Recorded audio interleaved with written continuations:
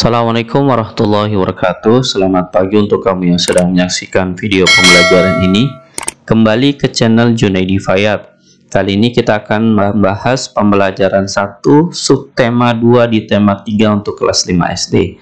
Adapun materi yang akan kita bahas pada video pembelajaran kali ini, yang pertama adalah iklan media elektronik. Kemudian yang kedua, gangguan pada organ pencernaan manusia. Ini bagian yang pertama. Dua materi ini akan kita bahas pada video pembelajaran kali ini. Untuk itu, untuk kamu yang sedang menyaksikan video ini, yuk simak dan cermati video ini dengan baik, agar kamu mudah dalam memahami materi yang akan saya jelaskan. Materi pertama seperti yang tadi sudah saya utarakan di awal ya, iklan media elektronik. Materi ini bersumber pada muatan bahasa Indonesia dengan kompetensi dasar 3.4 dan 4.4.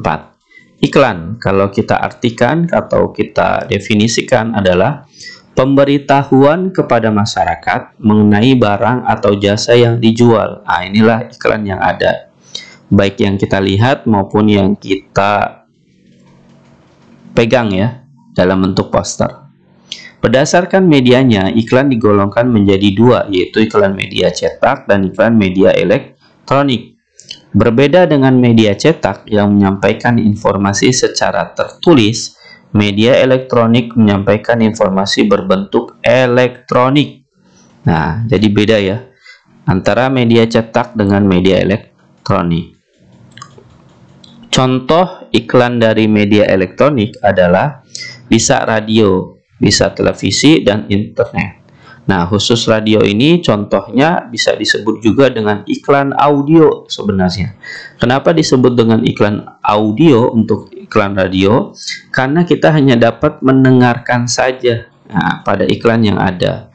Jadi iklan yang muncul, iklan yang kita temui pada radio yang kita setel, kita nyalakan atau bunyikan, itu hanya kita dapat rasakan dengan suara yang dihasilkan oleh radio tersebut. Dengan suara yang khas dari iklan yang ada, maka kita dapat membayangkan itu iklan apa. Mudah-mudahan dari sini jelas ya materi yang pertama, iklan media elektronik. Kita lanjut ke materi yang kedua, yaitu gangguan pada organ pencernaan manusia. Materi ini adalah bab atau bagian pertama ya, karena nanti di selanjutnya videonya kita akan bahas kembali gangguan pada organ pencernaan manusia. Materi ini bersumber pada muatan ilmu pengetahuan alam dengan kompetensi dasar 3.3 dan 4.3. Nah, penyakit yang pertama adalah sariawan. Nah, ini penyakit yang sangat sederhana ya. Adalah infeksi pada lapisan mulut yang disebabkan oleh jamur. Jadi kalau ada jamur di bagian mulut kita, maka akan ada namanya infeksi. Ditandai dengan luka berwarna putih dan terasa perih. Nah, ini sepertinya semua orang akan merasakan atau pernah merasakan yang namanya sariawan. Bisa diobati dengan banyak mengkonsumsi vitamin C atau dengan obat yang dapat dibeli di apotek. Kemudian yang kedua adalah sakit gigi. Nah, selain sariawan, penyakit yang kita rasakan di bagian mulut, yang kedua ini adalah sakit gigi. Terjadi ketika pulpa mengalami peradangan. Ditandai dengan rasa nyeri yang muncul di dalam atau di sekitar gigi dan rahang. Dan ini luar biasa kalau kita mengalaminya ya. Makanya lebih baik sakit gigi daripada sakit hati, ada istilahnya seperti itu. Yang ketiga adalah magh. Nah, kalau yang tadi di organ mulut, nah penyakit yang ketiga ini magh di organ lambung. Pada tubuh kita kalau kita pernah merasakan penyakit magh. Penyakit dengan rasa nyeri yang berasal dari lambung, disebabkan oleh luka di lapisan lambung. Nah, luka ini biasanya disebabkan juga karena kita terlambat memakan makanan yang harusnya sudah jamnya makan, tapi kita telat mengundur-undur, sehingga atau juga bisa disebabkan karena infeksi bakteri. Nah, ini tergantung penyebabnya apa nih pada tubuh kita nih. Ada lapisan lambungnya yang luka, infeksi bakteri, atau efek samping penggunaan obat-obatan. Biasanya sih kalau kamu menderita penyakit MAH itu ada juga penyebab yang lain selain disebabkan oleh ketiga ini, yaitu pikiran. Nah, kalau kamu pikiran stres, orang yang menderita penyakit MAH itu bisa disebabkan karena posisi dia saat itu mungkin sedang stres. Nah, ini penyebab di luar dari penyebab yang di sini saya utarakan. Nah, ini 3 ya. Kita lanjutkan kembali dari gangguan yang ada selain 3 hal ini. Yang kedua adalah diare. Nah, diare adalah infeksi karena bakteri Escherichia coli atau Vibrio cholera dan Aeromonas sp pada kolon yang jumlahnya melimpah. Pada kolon berarti bagian usus ya, tubuh kita yang melimpah kebanyakan ya posisinya.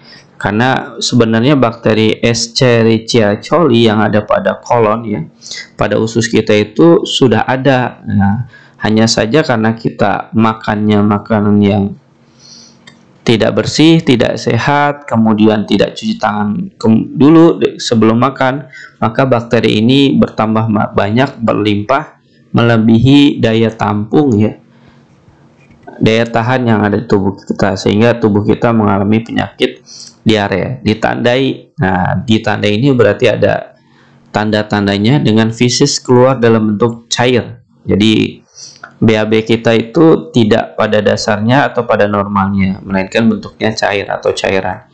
Inilah penyakit diare yang terkadang ketika penyakit ini didiamkan akan terkuras tenaga yang kita miliki. Kemudian yang kelima adalah disentri. Disentri adalah penyakit radang selaput lendir usus besar dengan gejala utama berupa berak-berak bercampur lendir dan darah. Sekilas hampir sama ya diare dengan disentri, cuman berbeda. Kalau disentri bisa menular, sedangkan kalau diare tidak bisa menular. Ditandai dengan buang air besar dengan tinja berdarah. Jadi kalau udah berlendir kemudian ada darahnya, dan ini harus kita hindari benar-benar ya. Caranya kedua penyakit ini yaitu dengan pola hidup yang sehat, pola hidup yang higienis. Ambillah makanan-makanan yang sehat dan higienis. Usahakan dengan tangan yang bersih sebelum kita menggunakan tangan kita untuk makan.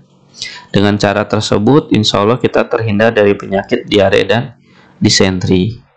Dan kita juga harus menghindari ini kalau ada teman kita yang sedang menderita penyakit disentri, karena penyakit ini menular.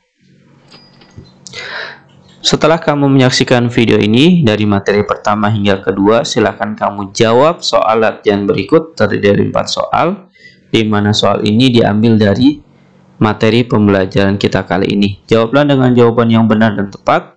Jika kamu kesulitan dalam menjawabnya, silakan kamu mengulang kembali video pembelajaran ini dari awal hingga akhir. Mudah-mudahan dengan cara tersebut kamu dapat mendapatkan jawaban yang kamu inginkan atau kamu cari. Demikian pembahasan video pembelajaran 1 subtema 1 di tema 3 yang dapat saya berikan. Mudah-mudahan dapat menambah wawasan dan ilmu pengetahuan kamu. Sekian dari saya. Terima kasih telah menyaksikan video ini. Wassalamualaikum warahmatullahi wabarakatuh.